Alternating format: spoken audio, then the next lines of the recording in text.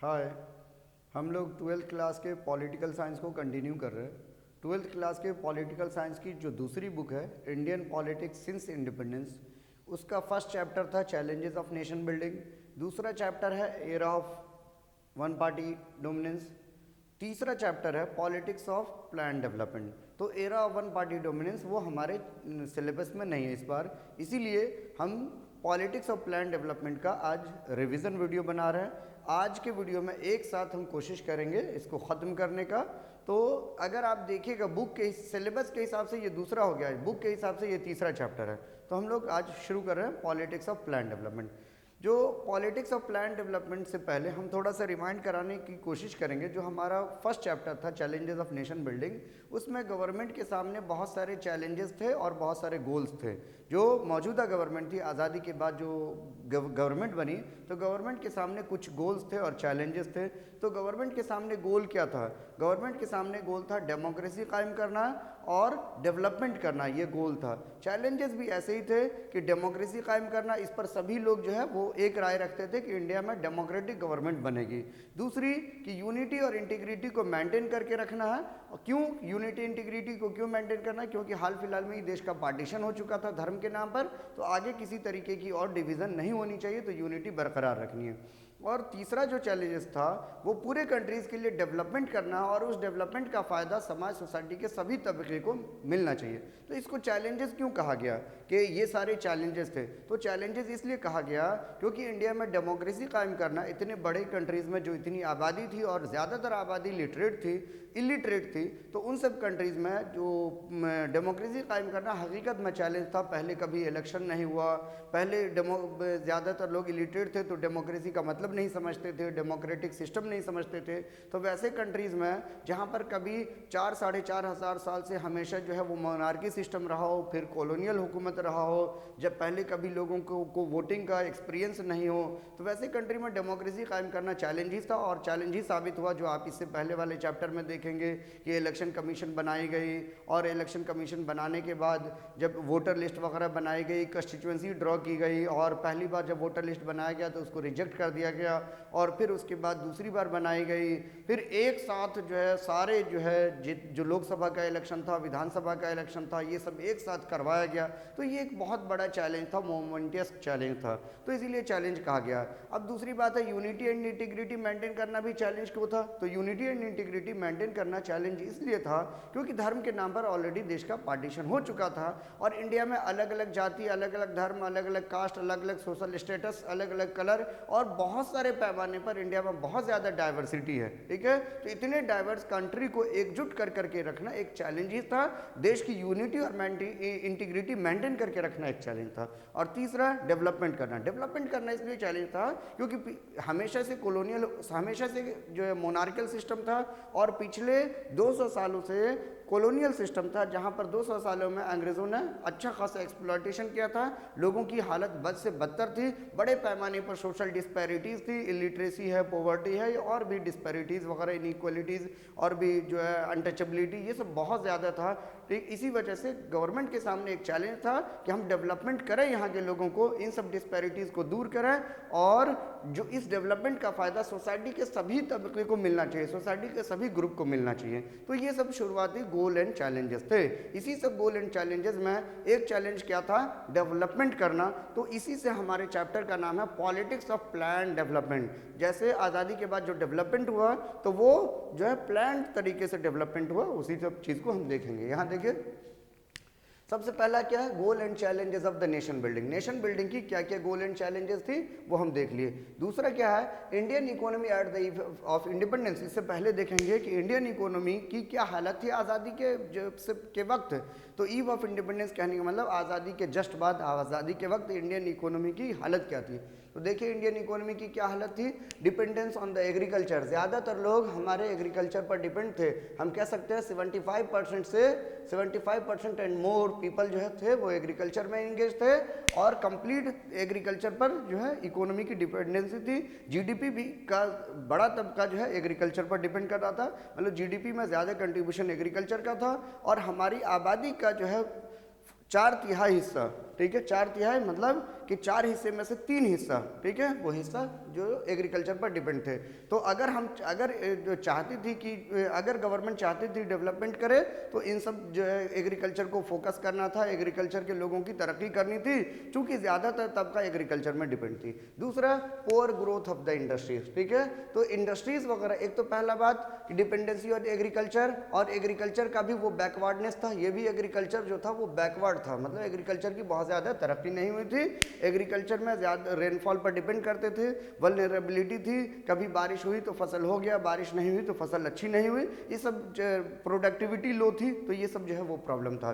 दूसरा, industries factories भी बहुत ज़्यादा ग्रो नहीं की थी, इंडस्ट्रीज फैक्ट्रीज का ऑलमोस्ट कह सकते हैं नामो निशान नहीं था। तीसरा क्या है, लैक ऑफ इंफ्रास्ट्रक्चर, रोड, बिजली, पानी, एजुकेशन, हेल्थ, स्कूल, हॉस्पिटल, इन सब चीज़ों की बड़े पैमाने पर कमी थी, ठीक है। इसके अलावा बड़े पैमाने पर पॉवर्टी थी, पॉवर्टी भी बहुत ज़्यादा थी। इसके बाद हम देखते रहे लैक ऑफ बेसिक फैसिलिटीज़ भी थी, रोड, बिजली, पानी, एजुकेशन, हेल्थ, हॉस्पिटल, ये सब सारी चीज़ें बेसिक फैसिलिटीज़ में आती है, तो इन सब चीज़ों की कमी थी। तो इंडियन इकोनॉमी की क्या हालत थी इंडिपेंडेंस के वक्त, आज़ादी के वक्त, तो ये हालत थी कि ज़्यादातर लोग हमारे एग्रीकल्चर पर डिपेंड थे, एग्रीकल्चर हमारा बैकवर्ड था, एग्रीकल्चर रेनफॉल पर डिपेंडेंस था, प्रोडक्टिविटी लो थी, तो ये सारी जो है वो एग्रीकल्चर की कमी और खामियां थी, और डिपेंडेंसी भी थी। इंडस्ट्री फैक्ट्रीज इंडिया में बहुत कम थी या ना के बराबर थी, तो इंडस्ट्रीज फैक्ट्रीज का भी ग्रोथ नहीं हुआ था। तीसरा, इंफ्रास्ट्रक्चर नाम की कोई कमी नहीं, इंफ्रास्ट्रक्चर नाम की कोई चीज़ नहीं थी, मतलब इंफ्रास्ट्रक्चर की कमी थी। इंफ्रास्ट्रक्चर या बेसिक फैसिलिटीज़ हम कहें तो ये रोड, बिजली, पानी, एजुकेशन, हेल्थ, इरिगेशन, या और भी बेसिक जो फैसिलिटीज़ होते हैं जिस पर कोई भी इकोनॉमी डिपेंड करती है, तो उन सब चीज़ों की भी कमी थी। और पॉवर्टी बड़े पैमाने पर थी, इलिटरेसी थी, और भी सोशल डिस्पैरिटीज़ वगैरह सब थी। तो ये इंडियन इकोनॉमी की हालत थी। अब गवर्नमेंट के सामने चैलेंज था डेवलपमेंट करना। तो गवर्नमेंट जब डेवलपमेंट करने को चाही तो गवर्नमेंट के सामने डेवलपमेंट के 2 इकोनॉमिक मॉडल थे जो कि पूरी दुनिया में अपनाए जा रहे थे। वो 2 इकोनॉमिक मॉडल कौन कौन थे? Socialist economic model and capitalist economic model. आप लोगों को इन सब बातों का थोड़ा बहुत एक्सपीरियंस होगा जो हम एंड ऑफ बाइपोलरिटी में सोशलिस्ट इकोनॉमिक मॉडल और कैपिटलिस्ट इकोनॉमिक मॉडल के बारे में बताए थे, हम बता दे रहे हैं। सोशलिस्ट इकोनॉमिक मॉडल वो इकोनॉमिक मॉडल होता है जहां पर सभी चीज़ गवर्नमेंट के कंट्रोल में होता है, कि गवर्नमेंट इंडस्ट्री, फैक्ट्री, सारी चीज़ों पर या जो जितने भी रिसोर्सेज होते हैं सब पर गवर्नमेंट का कंट्रोल होता है। गवर्नमेंट खुद प्रोडक्शन करती है और उन सब प्रोडक्शन से जो गवर्नमेंट को फ़ायदा होता है उस फायदे से गवर्नमेंट रोड, बिजली, पानी, एजुकेशन, हेल्थ, जितने भी सोशल वेलफेयर स्कीम है गवर्नमेंट खुद अपने पैसे से या तो फ्री ऑफ कॉस्ट या कम से कम दामों में लोगों को ये सब फैसिलिटीज़ देती है। तो सभी चीज़ गवर्नमेंट के कंट्रोल में होता है और सोशल वेलफेयर की जिम्मेदारी गवर्नमेंट की होती है। और ये इकोनॉमिक मॉडल कहाँ पर अपनाई जा रही थी?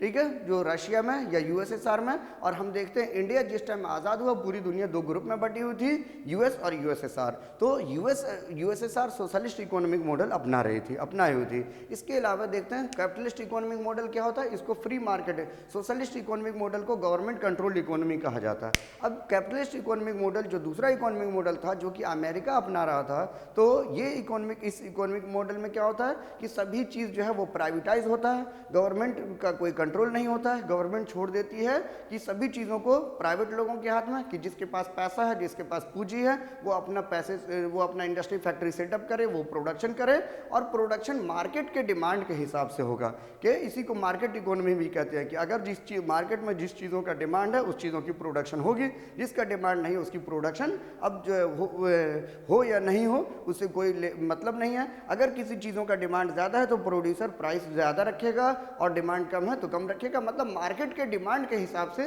वो प्रोड्यूसर तय करेगा कितना प्रोडक्शन होना है और रेट वगैरह, या किस चीज़ का प्रोडक्शन होना और रेट कितना रहना। मतलब गवर्नमेंट कोई इंटरफेयर नहीं करती है, इसको प्राइवेट इकोनॉमी कहा जाता है। तो इस तरीके से जो है इसको अमेरिका अपनाया हुआ था। तो पूरी दुनिया में 2 इकोनॉमिक मॉडल थे। सबसे पहला सोशलिस्ट, जो कि जो है ना ज़्यादातर कंट्रीज जो कि यूएसएसआर के साथ थी वो सोशलिस्ट इकोनॉमिक मॉडल अपनाई हुई थी, और कैपिटलिस्ट इकोनॉमिक मॉडल अमेरिका और अमेरिका के साथ जो सब कंट्रीज थी कोल्ड वॉर के दौरान वो कैपिटलिस्ट। अब इंडिया के सामने ये चैलेंजेस था कि हम सोशलिस्ट इकोनॉमिक मॉडल अपनाएं या कैपिटलिस्ट इकोनॉमिक मॉडल अपनाएं।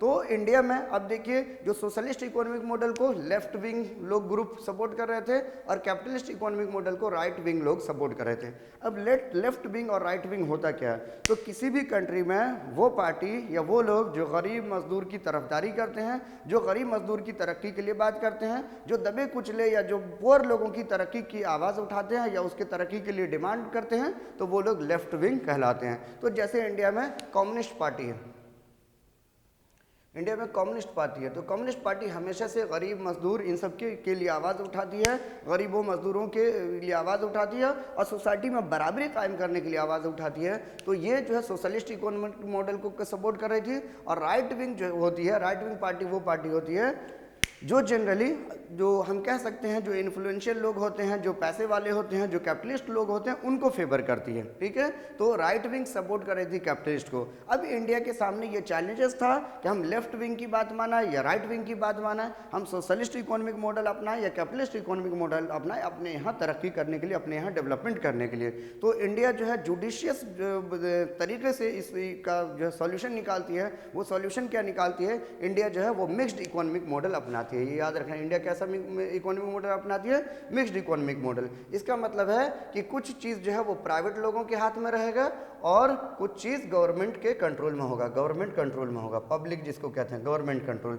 तो जैसे जो सब चीज़ जो बेसिक लोगों की ज़रूरियात नहीं है उसको प्राइवेटाइज कर दिया गया, लेकिन जो सब चीज़ जो सभी लोगों की ज़रूरियात है, जैसे जो सब लग्जरी की चीज़ें हैं, AC, TV, फ्रिज, ये सब जो लग्जरी की चीज़ें हैं, ठीक है, तो ये सब प्राइवेट लोगों के हाथ में छोड़ दिया गया कि कोई भी जो प्राइवेट इंडस्ट्रियलिस्ट है क्या कैपिटलिस्ट है वो प्रोडक्शन करेगा और वो अपना पैसे से पैसे बनाना है बनाए। लेकिन जो सब चीज़ जो बेसिक फैसिलिटीज़ है, जिसकी ज़रूरियात सभी को है, वो गवर्नमेंट उन सब चीज़ों का प्रोडक्शन अपने कंट्रोल में रखे।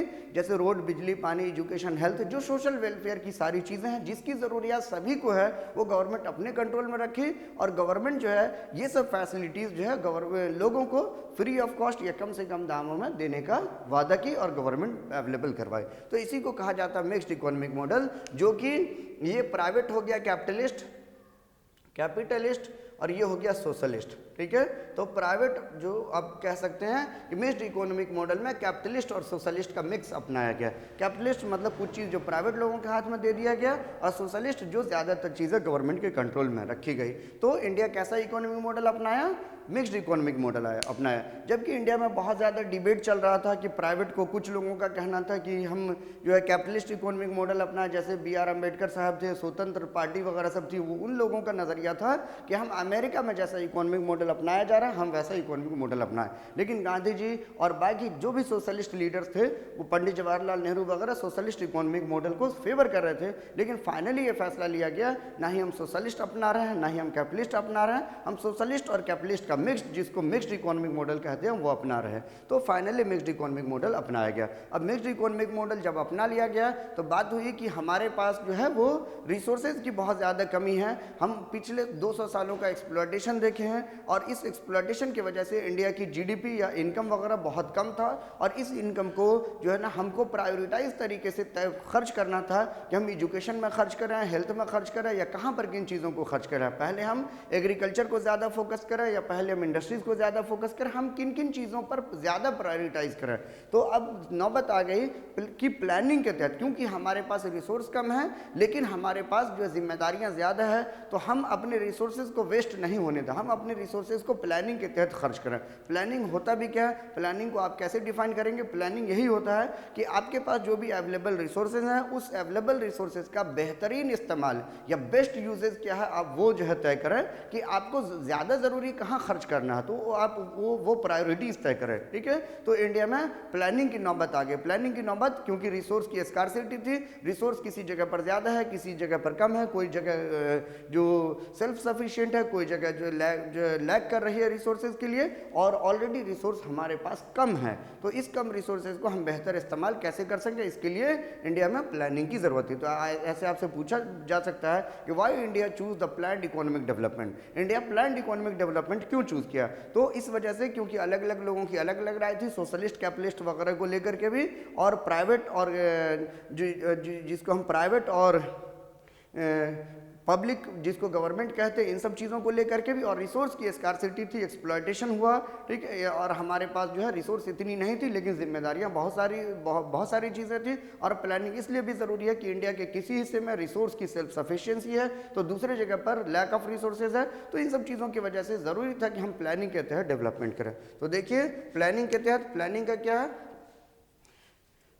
Impressed by the Soviet unions planned economic development. उस ज़माने में जो सोवियत यूनियन थे, जो यूएसएसआर थे, वहाँ पर भी प्लानिंग के तहत डेवलपमेंट किया जा रहा था। तो इंडिया को या इंडियन गवर्नमेंट को ये चीज़ बहुत अच्छी लगी कि वहाँ पर सोवियत यूनियन में प्लानिंग के तहत जो है डेवलपमेंट की जा रही थी, कि प्लानिंग के तहत चीज़ों को खर्च किया जा रहा था, कि हम रिसोर्सेज को खर्च किया जा रहा था, कि ज़्यादा प्रायोरिटी हमको इन चीज़ों में खर्च करना है। और इंडिया वहीं से प्लान्ड इकोनॉमिक डेवलपमेंट यूएसएसआर से या रशिया से कह सकते हैं, सोवियत यूनियन से वो इम्प्रेस होकर के इंडिया भी प्लान्ड इकोनॉमिक डेवलपमेंट अपनाता है। उसके लिए अब इंडिया में जब ये कहा गया कि इंडिया में प्लानिंग के तहत डेवलपमेंट की जाएगी, तो उसके लिए एक कमीशन बनाई गई जिसका नाम है प्लानिंग कमीशन। तो प्लानिंग कमीशन का क्या काम था? प्लानिंग कमीशन का काम था कि गवर्नमेंट को सजेस्ट करना कि और प्लान तैयार करके देना कि इन चीज़ों में हम पहले प्रायोरिटाइज करें, इन चीज़ों को प्रायोरिटाइज करें, इन चीज़ों में खर्च करें, इन चीज़ों को पहले डेवलप करें। तो प्लानिंग कमीशन बनाई गई। प्लानिंग कमीशन कब बनाई गई? मार्च 1950 में, ठीक है। और ये इसके प्लानिंग कमीशन के चेयरमैन जो होते हैं वो प्राइम मिनिस्टर होते हैं। तो उस हिसाब से जब मार्च 1950 में बनाई गई तो पहले prime minister Pandit Jawaharlal Nehru planning commission के चेयरमैन थे। आगे बात आएगी फिर प्लानिंग कमीशन की, तो ये याद रखना है। अब इसके बाद प्लानिंग कमीशन प्लानिंग तैयार करते हैं, गवर्नमेंट को सजेस्ट करता है, और जो है उसके बाद फर्स्ट 5 ईयर प्लान जो है वो अपनाई जाती है। इंडिया में ये भी अपनाया जाता है कि हम प्लानिंग के तहत डेवलपमेंट करेंगे, लेकिन प्लानिंग हम 5 ईयर्स का करेंगे। अगले 5 साल के लिए हम प्लानिंग करेंगे कि अगले 5 साल के में हम कहाँ कहाँ पैसा खर्च कर रहे हैं, और उस खर्च करने के पीछे हमारा मकसद क्या है, हमको 5 साल बाद क्या अचीव करना है, ठीक है। तो उस 5 ईयर प्लान को जो 1 ईयर के प्लान में स्प्लिट किया जाता है, और हर साल बजट पेश किया जाता है, और उस हिसाब से खर्च की जाती है, ठीक है। तो 5 ईयर प्लान का कंसेप्ट इंडिया में कहाँ से लाया गया? 5 ईयर प्लान का कंसेप्ट इंडिया में यूएसएसआर से लिया गया, और प्लानिंग का जो कंसेप्ट था वो भी यूएसएसआर से ही लिया गया। यूएसएसआर में भी 5 ईयर्स की प्लानिंग की जाती थी, तो इंडिया भी 5 ईयर प्लान जो है वो अप्रूव करता है, और 5 ईयर प्लान के तहत डेवलपमेंट करने की कोशिश करता है। तो फर्स्ट 5 ईयर प्लान इंडिया में अपनाया गया। फर्स्ट 5 ईयर प्लान जो है वो लाई गई। फर्स्ट 5 ईयर प्लान का टेन्योर था 1951 to 56। फर्स्ट 5 ईयर प्लान का टेन्योर था, मतलब वो ड्यूरेशन था 1951 to 56। फर्स्ट 5 ईयर प्लान को डेवलप करने वाले थे के.एन. राज, ठीक है। फर्स्ट 5 ईयर प्लान को डेवलप करने वाले कौन थे? के.एन. राज, याद रखना। और फर्स्ट 5 ईयर प्लान को दामोदर हरोद मॉडल भी कहा जाता है। दामोदर हरोद मॉडल भी कहा जाता है। ये ऑब्जेक्टिव में या एंट्रेंस वगैरह में ये सब क्वेश्चन पूछा जाता, तो याद रखिएगा। फर्स्ट 5 ईयर प्लान को डेवलप करने वाले के.एन. राज, इसको दामोदर और हरोद मॉडल भी कहा जाता है। और फर्स्ट 5 ईयर प्लान में फोकस किया गया पहले एग्रीकल्चर को, क्योंकि ज़्यादातर आबादी हमारी एग्रीकल्चर में इन्वॉल्व थी। एग्रीकल्चर की जो है वो हालत अच्छी नहीं थी, तो ज़्यादा ज़रूरी था कि अगर हम देश की तरक्की करना चाहते हैं तो पहले हम एग्रीकल्चर की तरक्की करें, एग्रीकल्चर को डेवलपमेंट करें, क्योंकि अगर एग्रीकल्चर की डेवलपमेंट होगी तो रूरल डेवलपमेंट होगा, और ज़्यादातर आबादी चूंकि एग्रीकल्चर में है तो उन सब लोगों की भी डेवलपमेंट होगी। तो फर्स्ट 5 ईयर प्लान का फोकस कहाँ था? एग्रीकल्चर। अब देखिए क्या है पर्पस फर्स्ट 5 ईयर प्लान का? Focused on the agriculture. पहला फोकस था एग्रीकल्चर को हम डेवलप करें। अब एग्रीकल्चर को डेवलप करेंगे तो क्या होगा? To lift the country out of the poverty. जो हमारे यहाँ ज़्यादातर लोग गरीब थे, तो वो गरीब जो है इंडिया को गरीबी से भी बाहर करना है। चूँकि ज़्यादातर लोग एग्रीकल्चर में डेवलप थे, तो जब एग्रीकल्चर की तरक्की होगी तो इन सब लोगों की भी तरक्की होगी और इंडिया पॉवर्टी से बाहर आ जाएगा, ठीक है। और तीसरा मकसद था कि लैंड रिफॉर्म। अगर हम एग्रीकल्चर की डेवलपमेंट कर रहे हैं तो एग्रीकल्चर के डेवलपमेंट के लिए ज़्यादा ज़रूरी था लैंड रिफॉर्म, जो है लैंड रिफॉर्म, ज़मीन के राइट्स पर सुधार। लैंड रिफॉर्म होता क्या है तो हम आपको बताते हैं। लैंड रिफॉर्म होता है कि जब अंग्रेज़ों के ज़माने में ज़मींदारी सिस्टम हुआ करता था, ज़मीन का मालिक ज़मींदार हुआ करता था। ज़मींदार के पास बहुत ज़मीन होती थी, लेकिन उसको खेती बाड़ी में, एग्रीकल्चर में कोई दिलचस्पी नहीं होती थी। वो शहरों में रहा करता था, ज़मीन उसकी मामूली प्रॉपर्टी होती थी। गाँव में पीजेंट को वो ज़मीन बांट देता था, और उसके बदले वो रेंट पर पीजेंट को ज़मीन दे देता था, बांट देता था, और उसके बदले पीजेंट से वो रेंट लिया करता था, हाफ शेयर लिया करता था। अब पीजेंट कितना भी मेहनत कर ले, उसके पास ऐसा था कि उसके पास अपनी ज़मीन नहीं थी, तो वो कितना भी मेहनत कर ले, वो जो प्रोडक्शन होगा उसका हाफ किसको देना पड़ता था, जो है ज़मींदार को दे देना पड़ता था। इसी वजह से पीजेंट को या जो फार्मर थे उसको ऐसा लगता था कि हम कितना भी मेहनत कर लें लेकिन उससे हमको फ़ायदा तो नहीं होगा, आधा तो ज़मींदार ले जाएगा। इसी वजह से जो पीजेंट सब थे वो अच्छे से दिल लगा करके कल्टीवेशन नहीं कर पा रहे थे, और कुछ फार्मर के पास ज़मीन थी भी तो वो थोड़ी बहुत ज़मीन थी। ज़्यादातर ज़मीन का मालिक ज़मींदार हुआ करता था, और वो ज़मींदार को खेतीबाड़ी से दिलचस्पी नहीं थी। लेकिन जो लोग खेतीबाड़ी में लगे हुए हैं, जो लोग एग्रीकल्चर में लगे हुए हैं, उसको ज़्यादा फ़ायदा नहीं हो रहा है। इसी वजह से एग्रीकल्चर की तरक्की नहीं हो रही थी। तो गवर्नमेंट के सामने ये चैलेंज था। गवर्नमेंट चाहती थी कि हम ये जो लैंड टाइटल्स है, लैंड पे जो हक है बड़े बड़े ज़मींदारों का, तो उस ज़मींदारों से ज़मीन ले करके हम गरीबों को दे दें, पीजेंट को दे दें, जो रियल में एग्रीकल्चर में इंटरेस्ट रखते हैं, दिलचस्पी रखते हैं, हम उनको दे दें। ज़मीन का मालिक हम पीजेंट को बना दें। जब पीजेंट ज़मीन का मालिक होगा, जब वो ज़मीन का मालिक होगा तो वो दिल लगा करके कल्टीवेशन करेगा। उसको ऐसा लगेगा कि अब हम जो प्रोडक्शन कर रहे हैं वो सारा जितना भी मेहनत करेंगे उसका फ़ायदा हमको होगा। और इसी वजह से जो ज़मींदारी सिस्टम को एबोलिश कर दिया गया, और जो बड़े बड़े ज़मींदारों से ज़मीन लेकर के छोटे छोटे पीजेंट में बांट दी गई। उन सब पीजेंट को भी, उन सब छोटे मोटे फार्मर को भी ज़मीन दी गई जिनके पास थोड़ी बहुत ज़मीन थी, और जो गवर्नमेंट उसको और ज़्यादा ज़मीन दे करके उसकी ज़मीन को बड़ा कर दिया गया कि अब वो सालों भर इस एग्रीकल्चर की प्रोडक्शन से वो अपनी रोजी रोटी चला सके। ठीक है, तो ये था लैंड रिफॉर्म। तो देखिए फर्स्ट 5 ईयर प्लान का टेन्योर 1951 टू 56 डेवलप करने वाले के.एन. राज, और इसको दामोदर हरोड मॉडल भी कहा जाता है। मकसद क्या था फर्स्ट 5 ईयर प्लान का, बार बार आप लोगों को कह रहे हैं याद कर रखने के लिए, क्योंकि आपके एग्जाम में भी पूछा जा सकता है, और जब आप CUET वगैरह का एग्जाम देंगे तो वहाँ पर भी बहुत ज़्यादा इंपॉर्टेंट है। कहीं भी एंट्रेंस का एग्जाम दीजिए, कंपटीशन का एग्जाम दीजिए, इन सब पोर्शन से क्वेश्चन आपको आएगा 5 ईयर प्लान से। ठीक है, तो 5 ईयर प्लान का पहला फोकस था एग्रीकल्चर, पहला मकसद था एग्रीकल्चर की डेवलपमेंट करें, और दूसरा क्या था, to lift the country out of the poverty. जब एग्रीकल्चर की डेवलपमेंट होगी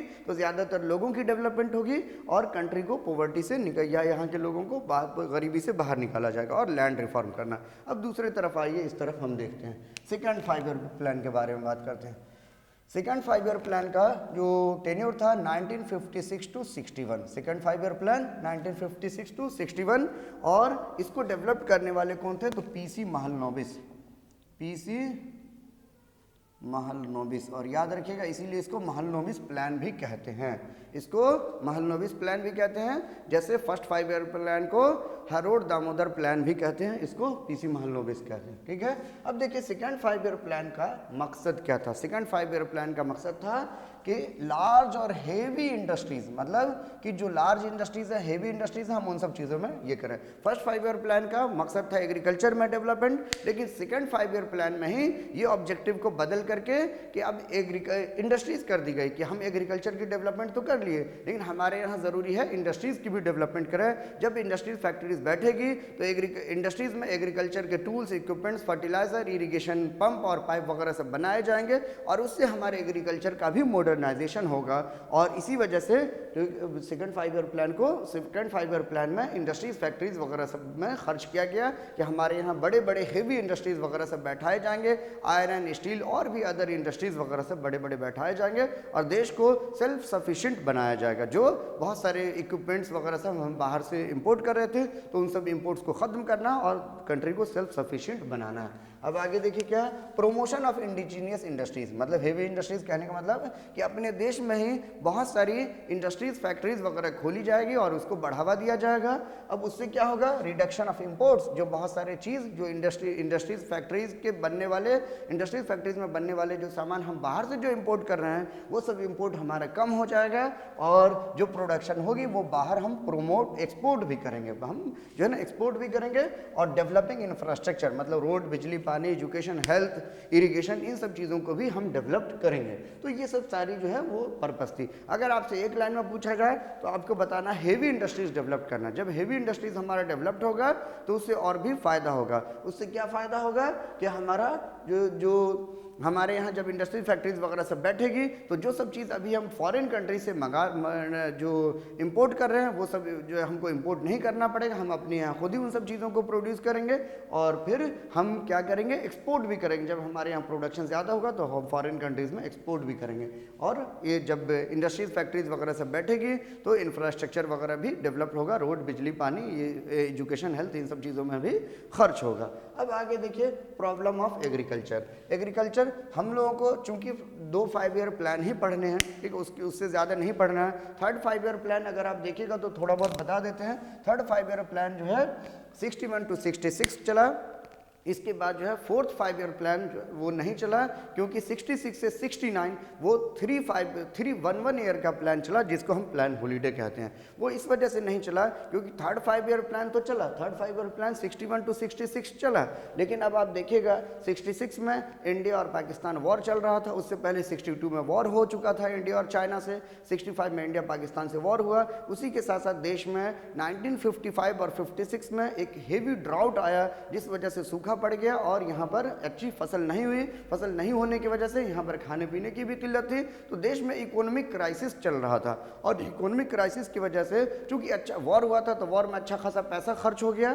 2 वॉर हुआ, जो 62 में चाइना से हुआ, 65 में जो पाकिस्तान से हुआ। तो जब भी कभी वॉर होता है तो अच्छा खासा पैसा या अच्छा खासा रिसोर्सेज किसी कंट्री का वॉर में डाइवर्ट हो जाता है। तो और उसके साथ साथ ड्राउट वगैरह का भी सिचुएशन था, तो इंडिया में इकोनॉमिक क्राइसिस का माहौल था। इसी वजह से गवर्नमेंट के पास इतने रिसोर्सेज नहीं थे कि वो 5 ईयर का प्लान कर सके एक साथ। तो गवर्नमेंट सोचती है कि हम 1 ईयर का प्लान करते हैं और इसी प्लान को 66 से 67, 67 से 68, 68 से 69, तो ये 3-5 ईयर प्लान को हम क्या कहते हैं, प्लान हॉलीडे। देखिए 1966 to 67, 67 to 68 और 68 to 69, ठीक है। ये जो 3 साल जो एक साल का प्लान किया गया, इसको क्या कहा जाता है, प्लान हॉलीडे कहा जाता है। आप लोगों को ये याद रखना है, कभी भी एग्जाम में और अलग अलग एग्जाम में पूछा जा सकता है। ऐसे और भी हैं, बाद में भी जब 78 79 के दौर में देखिएगा तो 5 ईयर प्लान को भी ड्रॉप किया गया है। तो ऐसा ड्रॉप आया है बहुत बार, हमेशा कंटिन्यू नहीं चला है। तो आप हमारे चैप्टर में सिर्फ 2 5 ईयर प्लान के बारे में पढ़ना, फर्स्ट 5 ईयर प्लान और सेकंड 5 ईयर प्लान। लेकिन बता देते हैं टोटल अभी तक 12th 5 ईयर प्लान आ चुका है, 12 5 ईयर प्लान आ चुका है। आखिरी 5 ईयर प्लान जो 12th 5 ईयर प्लान है वो 2012 से 2017 था, 2012 to 2017 था। जो कि जो प्रेजेंट जो गवर्नमेंट थी, एनडीए की गवर्नमेंट जब पावर में आती है तो एनडीए गवर्नमेंट जो है ये 5 ईयर प्लान को डिसकंटिन्यू करके 1 ईयर प्लान जो इंट्रोड्यूस करती है। तो last 5 year plan 12 5 year plan था, उसका टेन्योर 2012 to 2017 था। तो इस तरीके से हम देखते हैं फर्स्ट 5 ईयर प्लान का tenure 1951 to 56, second 5 year plan को का tenure 1956 to 61, third 5 year plan 61 to 66 और फोर्थ 5 ईयर प्लान आता है 69 के बाद, 69 से 74 ऐसे जाएगा। अब हम देखते हैं ये बीच में 66 to 69 1 ईयर का प्लान किया गया था और 5 ईयर प्लान जो एक साथ 5 साल की प्लानिंग की जाती तो उसकी तब तक हॉलीडे थी, मतलब 5 ईयर प्लान नहीं अपनाया जाता है। 5 ईयर प्लान को थोड़ा लेट डिले कर दिया जाता है, उसी को हम प्लान हॉलीडे कहते हैं। अब यहाँ देखिए प्रॉब्लम ऑफ एग्रीकल्चर। एग्रीकल्चर की क्या क्या प्रॉब्लम थी, गवर्नमेंट तो ये ज़रूर की थी, गवर्नमेंट ये ज़रूर अपनाई थी कि जो ना फर्स्ट 5 ईयर प्लान में एग्रीकल्चर को फोकस की थी और उस दौरान बहुत सारे जो है वो इरिगेशन फैसिलिटीज़ वगैरह सब जो है इम्प्रूव की जाती है। लेकिन हम देखते हैं उस ज़माने में प्रॉब्लम क्या था, ठीक है। सबसे पहला प्रॉब्लम था लैंडलॉर्ड सिस्टम, जिसको कहा जाता है ज़मींदारी सिस्टम। तो एग्रीकल्चर का सबसे पहला प्रॉब्लम था आज़ादी के वक्त के लैंडलॉर्ड सिस्टम, मतलब ज़मींदारी सिस्टम। जो ज़मींदार थे वो ऑनर हुआ करते थे ज़मीन के, बहुत सारी ज़मीन उसके पास होती थी लेकिन उनको एग्रीकल्चर में कोई दिलचस्पी नहीं थी, कोई इंटरेस्ट नहीं थी। वो पीजेंट में वो ज़मीन को बांट दिया करते थे, डिस्ट्रीब्यूट कर दिया करते थे, पीजेंट उनकी ज़मीन पर कल्टिवेशन करते थे और उसके बदले उसको शेयर दिया करते थे। तो इस तरीके से उसको थोड़ी बहुत दिलचस्पी भी नहीं थी एग्रीकल्चर के इम्प्रूवमेंट की। अब जो लोग एग्रीकल्चर में दिलचस्पी रखते थे पीजेंट, लेकिन उनको ज़मीन पर राइट्स नहीं था, वो ऐसा सोचते थे कि हम कितना भी मेहनत कर लें, कितना भी प्रोडक्शन कर लें, आधा शेयर तो ज़मींदारों को देना पड़ेगा। इसी वजह से वो लोग भी जो है दिलचस्पी के साथ साथ इंटरेस्ट के साथ कल्टीवेशन नहीं करते थे, इसी वजह से एग्रीकल्चर की प्रोडक्टिविटी कम थी। तो इस चीज़ों को दूर करने के लिए ज़मींदारी सिस्टम को एबोलिश किया गया, इसी को लैंड रिफॉर्म कहते हैं। गवर्नमेंट लैंड के टाइटल में, लैंड के ऑनरशिप में बदलाव करती है और जो ज़मींदार लोगों के पास बहुत सारी ज़मीन होती है, वो ज़मींदारी सिस्टम को एबोलिश कर करके ज़मीन किसको दे दिया जाता है, पीजेंट को, फार्मर को बांट दिया जाता है। उन सब की जो पीजेंट को भी दिया जाता है जिनके पास तो ज़मीन नहीं थी उसको, और जिनके पास थोड़ी बहुत ज़मीन थी और उस थोड़ी बहुत लैंड में वो कल्टीवेशन कर करके सालों भर सब्सिस्टेंस नहीं चला सकते थे, तो उनको ज़मीन दे करके उनकी ज़मीन को बड़ी कर दी गई कि अब साल भर वो कल्टीवेशन करके रोजी रोटी उसकी चल सकती है या उसका सब्सिस्टेंस चल सकता है। तो इसी को जो है ज़मींदारी सिस्टम कहते हैं, ठीक है, कि ज़मींदारी सिस्टम एबोलिश कर दिया गया कहते हैं, और इसको लैंड रिफॉर्म कहते हैं। दूसरा प्रॉब्लम था एग्रीकल्चर का कि lack of irrigation system. Irrigation system नहीं था, एग्रीकल्चर कंप्लीटली रेनफॉल पर डिपेंडेंट थी, मानसून पर डिपेंडेंट थी। अगर एक अच्छी बारिश होगी तो फसल होगा, अच्छी बारिश नहीं होगी तो फसल नहीं होगा। अब इरिगेशन फैसिलिटीज़ को डेवलप करना भी बहुत ज़्यादा ज़रूरी था। हम देखते हैं 1965 और 66 में जब बारिश नहीं होती है तो वहाँ पर सूखा पड़ जाता है और बारिश नहीं होती है। इंडिया में फूड ग्रेन की क्राइसिस हो जाती है। एक तो इकोनॉमिक क्राइसिस पहले से था और फूड ग्रेन की भी क्राइसिस हो जाती है। तो इन सब चीज़ों को नज़र में रखते हुए इंडियन गवर्नमेंट जो है डैम्स वगैरह बनाती है। जैसे हम देखते हैं भाखरा नेगल डैम बनाया गया, इसके बाद जब भाखरा नेगल डैम सतलुज रिवर्स पर बनाया गया, हीराकुंड डैम महानदी रिवर्स पर बनाया गया जो कि उड़ीसा में है, और भाखरा नेगल हिमाचल में है।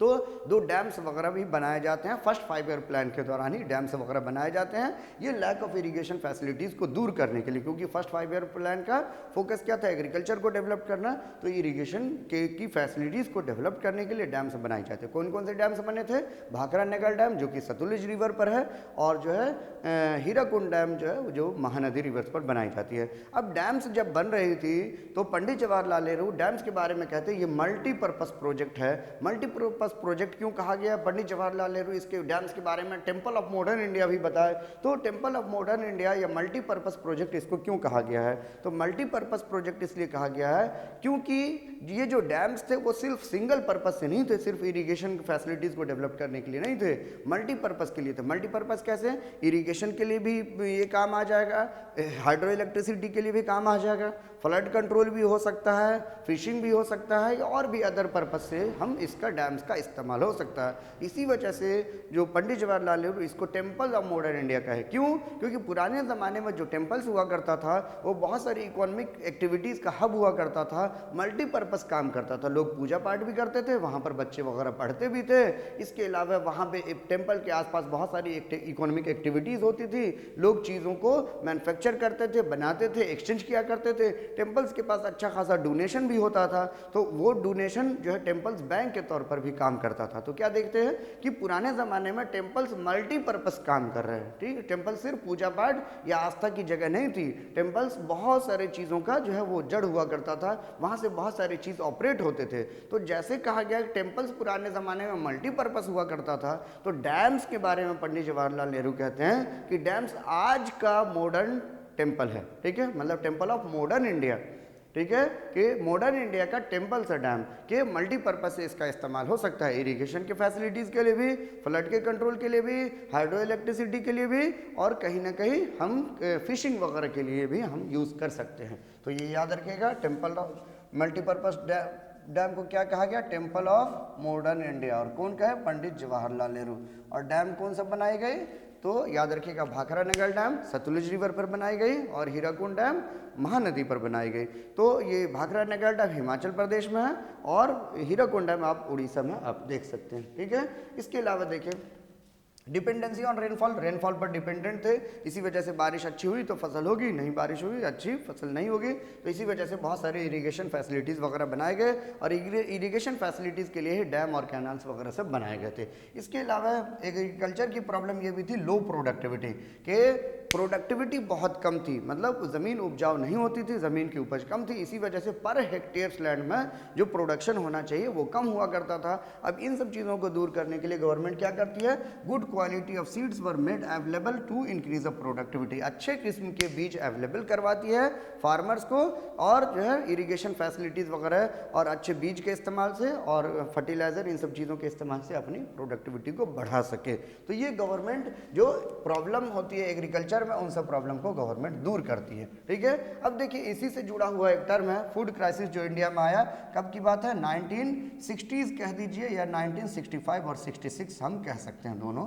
ठीक है, इस दौर में फूड क्राइसिस आया। फूड क्राइसिस क्यों आया, तो फूड क्राइसिस आया कि उतनी हमारी इरिगेशन फैसिलिटीज़ डेवलप नहीं थी, वो सब बननी ही शुरू हुई थी। जब इरिगेशन फैसिलिटीज़ डेवलप नहीं होती है तो हमारी एग्रीकल्चर पता ही है कि मानसून पर डिपेंडेंट थी, तो मानसून नहीं होता है, बारिश अच्छी नहीं होती है, बारिश जब नहीं होती है तो सूखा पड़ जाता है, हेवी ड्राउट का सामना करना पड़ता है और क्रॉप फेल हो जाता है। हमारे यहाँ इतनी भी प्रोडक्शन नहीं हुई कि हम अपनी आबादी को खिला पिला सकें या अपनी आबादी को सस्टेन कर सकें, अपनी पॉपुलेशन को खिलाने पिलाने के लिए भी हमारे पास फूड ग्रेन नहीं थे। तो इंडिया अमेरिका से मदद मांगती है और अमेरिका मदद करता है, लेकिन अमेरिका का इंडिया पर प्रेशर बढ़ना शुरू हो जाता है। ठीक है, अमेरिका इंडिया को प्रेशराइज करना शुरू कर देता है। अब इंडियन गवर्नमेंट के सामने ये चैलेंजेस था कि आने वाले दिनों में अगर ऐसे ही हमारी एग्रीकल्चर मानसून पर डिपेंडेंट रही और आने वाले दिनों में अगर ऐसे ही हमारे यहाँ क्रॉप फेल्योर होता रहा, ड्राउट का सिचुएशन होता रहा और फूड ग्रेन की परेशानी रही, तो हमेशा के लिए हमारे पास ये अपनी पॉपुलेशन को खिलाने पिलाने के लिए ग्रेन नहीं होगा और हमको हमेशा डिपेंड होना पड़ेगा। फिर इंडियन गवर्नमेंट इस क्राइसिस से उभरने के लिए agricultural scientist M S Swaminathan को जो जांच के लिए देते हैं और एम एस स्वामीनाथन को इस मसले से बाहर निकालने की जिम्मेदारी देते हैं और M S Swaminathan Indian government को सजेस्ट करते हैं कि ग्रीन रिवॉल्यूशन को अपनाने के लिए। अब ग्रीन रिवॉल्यूशन क्या था, तो एम एस स्वामीनाथन कहते हैं कि अमेरिका के एक साइंटिस्ट है जो मैक्सिको के रीजन में एग्रीकल्चर का एक नया तरीका तलाशे हैं जिससे एग्रीकल्चर की प्रोडक्टिविटी को बहुत ज़्यादा बढ़ाया जा सकता है। वो तरीका क्या था, वो उस आदमी का नाम क्या था, डॉक्टर नॉर्मन बार्लो, जिसको फादर ऑफ ग्रीन रिवॉल्यूशन कहा जाता है। कि डॉक्टर नॉर्मन बार्लो मैक्सिको के रीजन में जो अच्छे किस्म के बीज, जिसको high yielding varieties of seeds कहते हैं, HYV सीड्स, HYV सीड्स की मदद से हाई यील्डिंग वैरायटीज़, मतलब हम ऐसे बीज का इस्तेमाल करें जिससे ज़्यादा से ज़्यादा उपज हो। तो अच्छे बीज के इस्तेमाल से, केमिकल फर्टिलाइज़र के इस्तेमाल से, इरिगेशन के इस्तेमाल से और पेस्टिसाइड और इंसेक्टिसाइड के इस्तेमाल से, इन सब के इस्तेमाल से एग्रीकल्चर की प्रोडक्टिविटी को बढ़ाते हैं। ये मैक्सिको के रीजन में देखा गया कि अगर जो है फार्मर अच्छे बीज का इस्तेमाल करे, फर्टिलाइज़र का इस्तेमाल करे, इरिगेशन का इस्तेमाल करे और पेस्टिसाइड और इंसेक्टिसाइड का इस्तेमाल करे तो एग्रीकल्चर की प्रोडक्टिविटी को बढ़ाई जा सकती है और वहाँ पर एग्रीकल्चर की प्रोडक्टिविटी बढ़ती है। कहाँ पर, मैक्सिको में। इसी चीज़ को इंडियन गवर्नमेंट अपनाती है और इंडिया में भी एग्रीकल्चर की प्रोडक्टिविटी बढ़ती है और उसी को ग्रीन रिवॉल्यूशन कहा जाता है। ग्रीन रिवॉल्यूशन एक फेज था 1960s के दौर में, जब अच्छे बीज के इस्तेमाल से, अच्छे जो केमिकल फर्टिलाइजर के इस्तेमाल से, पेस्टिसाइड, इंसेक्टिसाइड और इरिगेशन फैसिलिटीज़ के इस्तेमाल से प्रोडक्शन की जाती है तो उपज जो है एग्रीकल्चर की प्रोडक्टिविटी बढ़ जाती है। इसी को हम ग्रीन रिवॉल्यूशन कहते हैं। ग्रीन रिवॉल्यूशन जो अपनाई गई, वो ग्रीन रिवॉल्यूशन कुछ खास रीजन में ही अपनाई गई। तो कहाँ पर अपनाई गई, ये अपनाई गई पंजाब, हरियाणा और वेस्टर्न यूपी, ये 3 स्टेट्स में अपनाई गई। यहाँ पर भी क्योंकि फार्मर के पास बिग फार्म इरिगेशन फैसिलिटीज़ यहाँ डेवलप थी, डैम्स वगैरह सब जो है बनाए गए थे, इरिगेशन फैसिलिटी डेवलप्ड हो चुकी थी, तो गवर्नमेंट इन सब यहाँ के फार्मर्स को, और यहाँ के फार्मर्स के पास जो है लैंड फार्म जो कहते हैं, फार्म साइज बड़ा था तो वो उसको कमर्शियल तरीके से कर भी सकते थे। तो यहाँ के फार्मर थोड़ा वेल्दी भी थे, रिच भी थे, तो वो अच्छे किस्म के बीज, फर्टिलाइज़र, इरिगेशन फैसिलिटीज़ और पेस्टिसाइड, इंसेक्टिसाइड को सपोर्ट भी कर सकते थे, वो परचेज कर सकते थे। तो इन सब रीजन में अपनाया गया और देखा गया कि इन सब रीजन में प्रोडक्टिविटी बढ़ी, एग्रीकल्चर की प्रोडक्टिविटी। लेकिन ये प्रोडक्टिविटी जो बढ़ी वो पल्स, सबसे ज़्यादा वीट, राइस और पल्सेस, इन तीनों फसल में ही प्रोडक्शन बढ़ पाई। ठीक है, लेकिन प्रोडक्शन बढ़ी और इसी चीज़ को हम ग्रीन रिवॉल्यूशन कहते हैं। तो ग्रीन रिवॉल्यूशन को हम फिर से डिफाइन कर देते हैं कि ग्रीन रिवॉल्यूशन क्या था। It refers to the increase in food production in India during the 1960s with the help of high yielding varieties of seeds chemical fertiliser, irrigation facilities, insecticide and pesticide, ठीक है। इन सब चीज़ों के इस्तेमाल से agriculture की प्रोडक्टिविटी को बढ़ने को ही हम ग्रीन रिवॉल्यूशन कहते हैं। लेकिन ग्रीन रिवॉल्यूशन का बहुत सारा फायदा भी हुआ, बहुत सारा नुकसान भी है, ठीक है। तो ग्रीन रिवॉल्यूशन का पॉजिटिव इम्पैक्ट, जिसको पॉजिटिव कंसिक्वेंसेज कहते हैं और निगेटिव कंसिक्वेंसेज कहते हैं, तो इस चैप्टर का सबसे फेवरेट क्वेश्चन है, तो आप लोगों को याद रखिएगा। ग्रीन रिवॉल्यूशन, ठीक है, 1955 और 56 के दौर में फादर ऑफ ग्रीन रिवॉल्यूशन याद रखिएगा डॉक्टर नॉर्मन बार्लो, जो कि अमेरिका के हैं, और father of green revolution in India वो कौन है? MS स्वामीनाथन है। MS Swaminathan father of green revolution in India, ठीक है, इस बात को याद रखना है। ग्रीन रिवॉल्यूशन किस चीज़ से जुड़ा हुआ, तो याद रखिएगा फूड ग्रेन के प्रोडक्शन से जुड़ा हुआ है, एग्रीकल्चर के प्रोडक्शन से जुड़ा हुआ। तो positive effect of green revolution, green revolution का पॉजिटिव इफेक्ट क्या हुआ, पॉजिटिव फायदा क्या हुआ? तो it led to the increase in food production. Green revolution से ये फायदा हुआ कि इंडिया में फूड ग्रेन की प्रोडक्शन काफ़ी बढ़ गई, ठीक है। सबसे पहला फायदा क्या फायदा हुआ? ग्रीन रिवॉल्यूशन की वजह से इंडिया में फूड ग्रेन की प्रोडक्शन काफ़ी बढ़ गई, ठीक है। दूसरा फायदा क्या हुआ, ठीक है, सेल्फ सफिशिएंट, सेल्फ रिलायंट इन फूड ग्रेन प्रोडक्शन। इंडिया जो है फूड ग्रेन के प्रोडक्शन में सेल्फ रिलायंट हो गया। अब इंडिया में इतनी प्रोडक्शन हो रही है कि अपनी जो पॉपुलेशन को या बढ़ती हुई पॉपुलेशन को हम क्या कर सकते हैं, वो खिला पिला सकते हैं, या बढ़ती हुई आबादी के लिए फूड ग्रेन के लिए सफिशिएंट जो है फूड ग्रेन है, ठीक है। इसके अलावा तीसरा फायदा क्या हुआ? New technology being used in agriculture. Agriculture में नए नए टेक्नोलॉजीज़ का अब इस्तेमाल किया जाने लगा, ये फ़ायदा हुआ। कौन कौन से टेक्नोलॉजीज़ का? अच्छे किस्म के बीज का, इसके अलावा लैंड की फर्टिलिटी के हिसाब से जो है वो कल्टीवेशन करना, फर्टिलाइज़र का, पेस्टिसाइड्स का, इंसेक्टिसाइड का, इरिगेशन का, मॉडर्न इरिगेशन, इन सब चीज़ों को अब इंडिया के एग्रीकल्चर में, इंडियन एग्रीकल्चर में इस्तेमाल किया जाने लगा, ये फ़ायदा हुआ।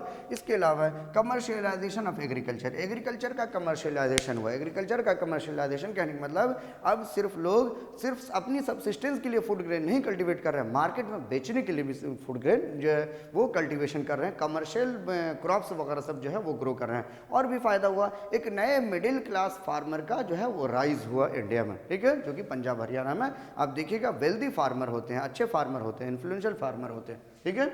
तो क्या क्या फायदा हुआ? सबसे पहला, it led to the increase in food production, food production जो इंडिया में बढ़ गया। दूसरा, इंडिया सेल्फ सफिशिएंट हो गया फूड प्रोडक्शन में। तीसरा, इंडियन एग्रीकल्चर में नए नए टेक्नोलॉजीज का इस्तेमाल किया जाने लगा। Fourth, commercialisation of agriculture, agriculture का कमर्शियलाइजेशन हो गया। और फिफ्थ कहते हैं it led to the rise of middle class farmer, ठीक है। लेकिन इसका निगेटिव इंपैक्ट क्या होगा? जब भी आपसे पूछेगा पॉजिटिव तो निगेटिव भी पूछेगा, या फिर आपको 2 नंबर में पूछेगा, 2 मार्क्स में पूछेगा तो 2 मार्क्स में आपको बहुत ज़्यादा पूछेगा तो पॉजिटिव पूछेगा या निगेटिव पूछेगा। लेकिन अगर बड़े क्वेश्चन में पूछेगा what was the green revolution and write down it's positive and negative consequences of green revolution, तो निगेटिव कंसिक्वेंसेज भी है। देखिए निगेटिव कंसिक्वेंसेज क्या है? It increase only in few area. बोला जरा फूड ग्रेन की प्रोडक्शन तो ज़रूर हुई, लेकिन निगेटिव इम्पैक्ट इसका ये हुआ कि ये सभी जगहों पर नहीं अप्लाई किया जा सका। तो सिर्फ पंजाब, हरियाणा और वेस्टर्न यूपी, सिर्फ इन्हीं जगहों पर फूड ग्रेन की प्रोडक्शन हुई और ये सिर्फ इन्हीं जगहों पर ग्रीन रिवॉल्यूशन को इम्प्लीमेंट किया जा सका। दूसरा क्या है? Limited only to the some areas, ठीक है, ये भी चीज़ है, ठीक। और फूड ग्रेन की जो प्रोडक्शन हुई सिर्फ कुछ ही क्रॉप्स में हुई। जैसे कौन कौन से क्रॉप्स में हुई? तो वीट की कल्टीवेशन बहुत तेज़ी से बढ़ी, बहुत ज़्यादा बढ़ी। वीट, राइस और पल्सेस, इन 3 क्रॉप्स का ही कल्टीवेशन जो है वो इंक्रीज हुआ। बाकी सिर्फ सर्टन रीजन में, पंजाब, हरियाणा और वेस्टर्न यूपी के रीजन में ही इसका फ़ायदा हुआ। और दूसरा क्या था? वीट, राइस और पल्सेस, इन तीनों क्रॉप्स का ही प्रोडक्शन इंक्रीज हुआ। तीसरा, gap between poor and rich farmer. Green revolution से जो पंजाब और हरियाणा और वेस्टर्न यूपी के जो फार्मर थे उनको तो बहुत फ़ायदा हुआ, वो मिडिल क्लास फार्मर बन गए। लेकिन जो है वो बाकी जगहों के जो फार्मर जो थे वो पुअर रह गए। तो कहीं ना कहीं अमीर और गरीब फार्मर में, मतलब पुअर फार्मर और रिच फार्मर में गैप बढ़ता चला गया, ठीक है। जैसे आप देखिएगा, आप ईस्टर्न यूपी, बिहार या और भी अदर रीजन के जो फार्मर हो गए, बंगाल वगैरह के रीजन, वो के फार्मर वो उतने जो है इन्फ्लुएंशियल नहीं होंगे, वो पुअर हैं। लेकिन आप पंजाब, हरियाणा और वेस्टर्न यूपी के फार्मर को देखिएगा तो उनकी हालात अच्छी है, उनका कंडीशन बहुत अच्छा है, वो कहीं ना कहीं मिडिल क्लास या जो है वो वेल्दी फार्मर हैं, ठीक है। आगे देखिए, it led to the salinity and losing of the fertility and low water table. ठीक है, ग्रीन रिवॉल्यूशन का निगेटिव इम्पैक्ट ये हुआ कि ज़्यादा इरिगेशन, ओवर इरिगेशन की वजह से कि ज़मीन जो है वो सैलाइन होता जा रहा है, ज़मीन की सैलिनिटी बढ़ रही है, या फिर इरिगेशन जो हम ज़मीन के अंदर से जो वाटर ड्रॉ आउट करते हैं, डग आउट करते हैं, जिस वजह से ज़मीन के पानी का वाटर लेवल जो है वो कम होता जा रहा है। तो ये सब निगेटिव इम्पैक्ट था। फिर से बता देते हैं पॉजिटिव इम्पैक्ट क्या था। Increase in food grain production, self sufficient in food grain production, new technology being used in agriculture, commercialisation of agriculture, और फिर rise of new middle class farmer. ठीक है, जो नए मिडिल क्लास फार्मर हैं उनका भी राइज हुआ। निगेटिव इम्पैक्ट क्या है? Increase in few crops. ठीक है, जो प्रोडक्टिविटी बढ़ी एग्रीकल्चर की, वो सिर्फ कुछ ही क्रॉप्स में जो है वो बढ़ी प्रोडक्टिविटी। वो कौन कौन सी क्रॉप्स में? वीट, राइस और पल्सेस में। दूसरा, it limited, green revolution was limited only to some areas. Green revolution का फायदा सिर्फ कुछ ही जगहों पर हुआ। आप लिख सकते हैं it was limited only in Punjab, Haryana and western UP. ठीक है। तीसरा क्या था? Gap between the poor and rich farmer. It led to the gap between, wide gap between poor and rich farmer. जिन जगहों पर ग्रीन रिवॉल्यूशन का फायदा हुआ वहां के फार्मर थोड़ा अमीर हो गए, वहाँ की फार्मर थोड़े रिच हो गए, और जिन जगहों पर ग्रीन रिवॉल्यूशन को इंप्लीमेंट नहीं किया जा सका वहाँ के फार्मर जो है गरीब रह गए।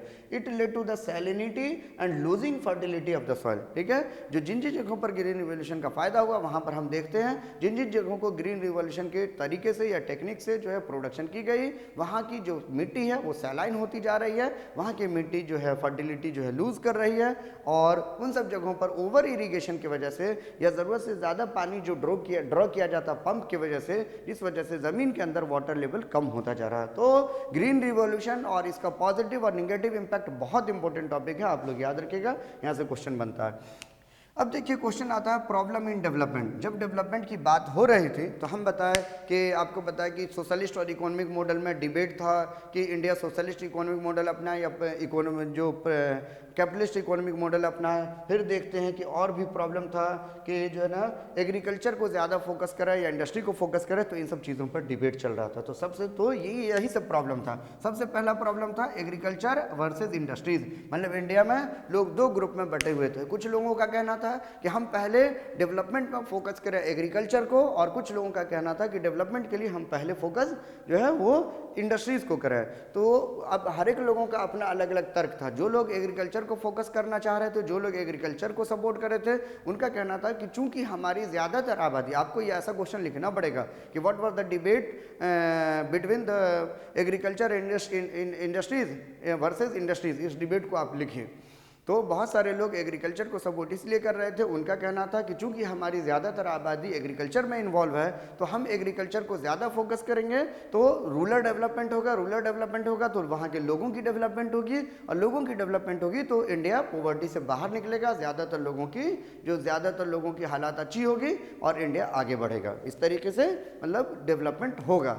ठीक है, तो कुछ लोगों का ये कहना था। लेकिन दूसरे लोगों का ये भी कहना था कि नहीं, हम पहले इंडस्ट्रीज़ को डेवलपमेंट करेंगे, तब इंडस्ट्रीज़ के डेवलपमेंट से एग्रीकल्चर का भी डेवलपमेंट होगा। जब इंडस्ट्रीज़ में प्रोडक्शन होगी तो इंडस्ट्रीज़ जो है tools, equipments, irrigation tools, equipments, fertiliser, pesticide, insecticide या और भी जो एग्रीकल्चरल इम्प्लीमेंट्स वगैरह सब हैं, आप पंप कह सकते हैं और इरीगेशन पाइप कह सकते हैं, ये सब चीज़ इंडस्ट्री फैक्ट्री से बनेगी और इसका इस्तेमाल करके एग्रीकल्चर को मॉडर्नाइज किया जा सकेगा। तो इसीलिए पहले एग्रीकल्चर पर फोकस किया जाए, इसीलिए हम पहले इंडस्ट्रीज पर फोकस किया जाए, ये लोगों का कहना था। इसीलिए हम देखते हैं कि जब 5 ईयर प्लान में, फर्स्ट 5 ईयर प्लान में एग्रीकल्चर को जो फोकस किया जाता है, एग्रीकल्चर को ऑब्जेक्टिव बनाया जाता है, और सेकंड 5 ईयर प्लान में जस्ट देखते हैं एग्रीकल्चर को छोड़ करके इंडस्ट्रीज को फोकस किया जाता है। इस तरीके से हम देखते हैं कि ना ही एग्रीकल्चर में बहुत ज़्यादा डेवलपमेंट हो पाता है और ना ही इंडस्ट्रीज में बहुत ज़्यादा डेवलपमेंट हो जाता है। फर्स्ट 5 ईयर प्लान में एग्रीकल्चर को फोकस किया गया था, एग्रीकल्चर पर बहुत ज़्यादा खर्च किया गया था, लेकिन उसको कंटिन्यू नहीं किया जा सका। ठीक है, इसी वजह से फूड क्राइसिस वगैरह 1965-66 में देखा जाता है। लेकिन जो भी हुआ, एग्रीकल्चर की भी तरक्की हुई और इंडस्ट्रीज़ में बहुत सारे इंडस्ट्रीज फैक्ट्रीज वगैरह भी सेकेंड 5 ईयर प्लान में हेवी इंडस्ट्रीज वगैरह देखते हैं जो बैठाई गई। तो आपको डिबेट लिखना है कि एग्रीकल्चर के बारे में अगर कोई लोग कह रहे थे तो उनका क्या तर्क था, वो क्यों सपोर्ट कर रहे थे, और जो लोग इंडस्ट्रीज़ को सपोर्ट कर रहे थे वो आखिर इंडस्ट्रीज़ को क्यों सपोर्ट कर रहे थे, उनका क्या जो है वो अब आखिर अपना लॉजिक या रीज़न क्या दे रहे थे। दूसरा डिबेट था प्राइवेट एंड पब्लिक को लेकर के। ठीक है, प्राइवेट कहने का मतलब कैपिटलिस्ट और दूसरा है पब्लिक। पब्लिक कहने का मतलब गवर्नमेंट, जिसको हम सोशलिस्ट कहते हैं। तो ये भी डिबेट का एक जो है टॉपिक था कि हम सोशलिस्ट इकोनॉमिक मॉडल अपनाएं या कैपिटलिस्ट इकोनॉमिक मॉडल। वो ऐसा इसलिए था क्योंकि इंडिया जिस बैकग्राउंड में आज़ाद हुआ उस वक्त में कोल्ड वॉर चल रहा था, पूरी दुनिया दो ग्रुप में बटी हुई थी, यूएस एंड यूएसएसआर, और इन दोनों के बीच एक आइडियोलॉजिकल रेस भी था, सोशलिस्ट और कैपिटलिस्ट था। अमेरिका कैपिटलिस्ट इकोनॉमिक मॉडल अपनाया हुआ था और यूएसएसआर सोशलिस्ट इकोनॉमिक मॉडल अपनाया हुआ था, और दोनों चाहती थी कि हमारे इकोनॉमिक मॉडल पूरी दुनिया में ज़्यादा से ज़्यादा अपनाई जाए। अब इंडिया के सामने चैलेंजेस था कि हम कैपिटलिस्ट इकोनॉमिक मॉडल अपनाएं या सोशलिस्ट इकोनॉमिक मॉडल अपनाएं। और इंडिया में भी लोग दो ग्रुप में बटे हुए थे। कुछ लोग सोशल कैपिटलिस्ट को जो सपोर्ट कर रहे थे, जैसे हम बता दें बी आर अम्बेडकर साहब, और स्वतंत्र पार्टी के जो लोग थे, स्वतंत्र पार्टी के लोग, ये सब फेवर कर रहे थे कैपिटलिस्ट। इन लोगों का कहना था अगर हम कैपिटलिस्ट इकोनॉमिक मॉडल अपनाते हैं तो हमारे यहाँ तेजी से तरक्की होगी और रैपिड डेवलपमेंट होगा। लेकिन जो लोग सोशलिस्ट इकोनॉमिक मॉडल अपना रहे थे उनका ये नज़रिया था कि चूंकि इंडिया में ज़्यादातर आबादी गरीब है और ज़्यादातर आबादी जो हमारे यहाँ, ठीक है, वो ज़्यादातर डिस्पैरिटीज़ वगैरह है और ज़्यादातर आबादी इलिटरेट है, गरीब है, तो हमारे लिए ज़रूरी है कि गवर्नमेंट इन गरीबों की या गवर्नमेंट इन इलिटरेट गरीबों की जो है जिम्मेदारी का वो जिम्मा उठाए। मतलब गवर्नमेंट इन सब जो ज़्यादातर आबादी हमारे यहाँ गरीब है, जो जिन सब का काफ़ी एक्सप्लॉयटेशन हुआ है, लोगों की हालात अच्छी नहीं है, बहुत सारी सोशल डिस्पैरिटीज़ है, तो इन सब डिस्पैरिटीज़ को दूर करके और डेवलपमेंट करने का जिम्मेदारी इन सब लोगों के लिए जो जो सोशल वेलफेयर स्कीम है उसको वो प्रोवाइड करने का जिम्मेदारी, बेसिक फैसिलिटीज प्रोवाइड करने का जिम्मेदारी गवर्नमेंट उठाए। तो कैपिटलिस्ट वालों का कहना था कि रैपिड डेवलपमेंट होगा, ठीक है, हम अमेरिका से अच्छे ताल्लुकात बनाएंगे, अमेरिका से अच्छा रिलेशन बनाएंगे और उससे टेक्नोलॉजीज वगैरह सब लेंगे और अब हमारे यहाँ एडवांसमेंट होगा और एडवांसमेंट के टेक्नोलॉजिकल अपग्रेडेशन, एडवांसमेंट, उन सब चीज़ों की वजह से हमारे यहाँ तेजी से तरक्की होगी, रैपिड डेवलपमेंट होगा। लेकिन सोशलिस्ट इकोनॉमिक मॉडल कह रहे थे चूंकि हमारे यहाँ ज़्यादातर जो है आबादी जो है वो पॉवर्टी के अंदर है और यहाँ के लोगों की जो हालात अच्छी नहीं है, बहुत ज़्यादा एक्सप्लॉयटेशन हुआ है, यहाँ पर बेसिक इंफ्रास्ट्रक्चर वगैरह सब भी डेवलप नहीं है, लोगों को सोशल वेलफेयर स्कीम भी नहीं है, तो इन सब चीज़ों को ये अगर गवर्नमेंट सोशलिस्ट इकोनॉमिक मॉडल अपनाएगी तो गवर्नमेंट इन सब चीज़ों की जिम्मेदारी उठाएगी और गवर्नमेंट जो है आम लोगों के सोशल वेलफेयर डेवलपमेंट का वो काम करेगी। तो ये चीज़ था जो सोशलिस्ट मॉडल वाले बोल रहे थे। अब हम देखते हैं जो लास्ट टॉपिक है हमारा, ड्रॉबैक ऑफ प्लानिंग कमीशन। हम लोग देखे थे कि प्लानिंग कमीशन मार्च 1950 में बनाई गई, वो इसलिए बनाई गई कि इंडिया में प्लानिंग को जो है वो सजेस्ट किया जा सके, गवर्नमेंट को वो सजेशन दिया जा सके, गवर्नमेंट को रिकमेंड किया जा सके कि गवर्नमेंट किन किन चीज़ों में कहाँ पर कितना खर्च करे, किन किन चीज़ों पर फोकस करे, प्लानिंग में गवर्नमेंट को हेल्प किया जा सके। तो ये बनाई ज़रूर जाती है लेकिन काफ़ी बाद तक आते आते उसमें बहुत सारी कमी और खामी रहती है और जिस वजह से उस लिमिटेशन को दूर करते हुए एक नई बॉडी बनाई जाती है जिसका नाम रखा जाता है नीति आयोग। नीति आयोग कब जो है कब बनाई जाती है? 1 जनवरी 2015 को, और एनडीए गवर्नमेंट जो एनडीए गवर्नमेंट बनाती है 1 जनवरी 2015 को। अब ये जो देखते हैं नीति आयोग, नीति आयोग का फुल फॉर्म है national institute for transforming India. याद रखिएगा, आप लोगों से क्वेश्चन पूछा जा सकता है और सीयूईटी में, एंट्रेंस में या एग्जाम में भी पूछा जा सकता है, बोर्ड के एग्जाम में। इसके भी चेयरमैन कौन होते हैं? तो जैसे प्लानिंग कमीशन के चेयरमैन प्राइम मिनिस्टर होते थे तो इसके भी चेयरमैन प्राइम मिनिस्टर जो है होते हैं और 2015 में प्राइम मिनिस्टर थे नरेंद्र मोदी साहब। तो नरेंद्र मोदी जो है इसके पहले प्राइम मिनिस्टर होते हैं, ठीक है। तो पहले चेयरमैन होते हैं इसके, जो 2015 में बना था तो ये पहले नीति आयोग के चेयरमैन होते हैं। अब प्लानिंग कमीशन में क्या क्या कमी थी तो और कैसे ये दूर हो गया? तो प्लानिंग कमीशन को कहा गया एक सेंट्रलाइज बॉडी है और प्लानिंग कमीशन में ये कमी थी कि सेंटर में ही प्लान बना करके और स्टेट्स को भेज दिया जाता है, तो स्टेट्स की नीड और ज़रूरत को जो है ध्यान में नहीं रखा जाता था और सेंटर से एक साथ प्लानिंग कर करके सेंट्रल गवर्नमेंट हर एक स्टेट को भेज दिया जाता था कि स्टेट गवर्नमेंट इस तरह इन सब चीज़ों पर खर्च करे और इन सब चीज़ों के पर जो है वो डेवलपमेंट करे। लेकिन जो है ना इस सब वजह से स्टेट गवर्नमेंट को ये बहुत मुश्किल होता था कि सेंटर से बनाई हुई प्लान स्टेट में भेज दी जाती है और सेंट्रल गवर्नमेंट उसको, स्टेट गवर्नमेंट उसको इम्प्लीमेंट नहीं कर पाती थी। तो नीति आयोग में जो है, नीति आयोग में इस कमी खामी को दूर किया जाता है और नीति आयोग में जितने भी स्टेट के चीफ मिनिस्टर होते हैं उसको एडवाइजरी कमेटी में रखा गया, एग्जीक्यूटिव और या एडवाइजरी कमेटी में, वर्किंग कमेटी में रखा गया है और जब भी नीति आयोग की मीटिंग होती है तो सारे चीफ मिनिस्टर का मशवरा लिया जाता है और स्टेट्स के मशवरे से सभी स्टेट में जिस स्टेट में जिन जिन चीज़ों की ज़रूरत है, जिस स्टेट में जिन जिन चीज़ों पर डेवलपमेंट की ज़रूरत है, स्टेट के सजेशन से जो है वो प्लान तैयार किया जाता है। तो इस तरीके से नीति आयोग मोर डिसेंट्रलाइज है। नीति आयोग में जितनी भी स्टेट गवर्नमेंट है उसका भी रोल है, स्टेट गवर्नमेंट का भी से है। तो हम कह सकते हैं प्लानिंग कमीशन एक सेंट्रलाइज बॉडी थी और जो है ना जो नीति आयोग है वो एक डिसेंट्रलाइज बॉडी है। अब जो स्टेट के मशवरे से प्लानिंग की जाती है और इसीलिए जो प्लान किया जाता है स्टेट गवर्नमेंट को इम्प्लीमेंट करना अब आसान हो गया। तो इस तरीके से यहीं पर हमारा चैप्टर रिवीजन का ख़त्म होता है। अब हम लोग नेक्स्ट चैप्टर में नेक्स्ट वीडियो में इस चैप्टर से रिलेटेड जो भी क्वेश्चन आंसर होगा, जो बोर्ड्स में प्रीवियस ईयर में पूछा गया होगा या और भी जो क्वेश्चन बनते होंगे एनसीईआरटी वगैरह के भी क्वेश्चन, उन सबको इंक्लूड करेंगे और डिस्कस करेंगे। तब तक के लिए आप बने रहिए, लाइक कीजिए, सब्सक्राइब कीजिए, शेयर कीजिए। Thank you.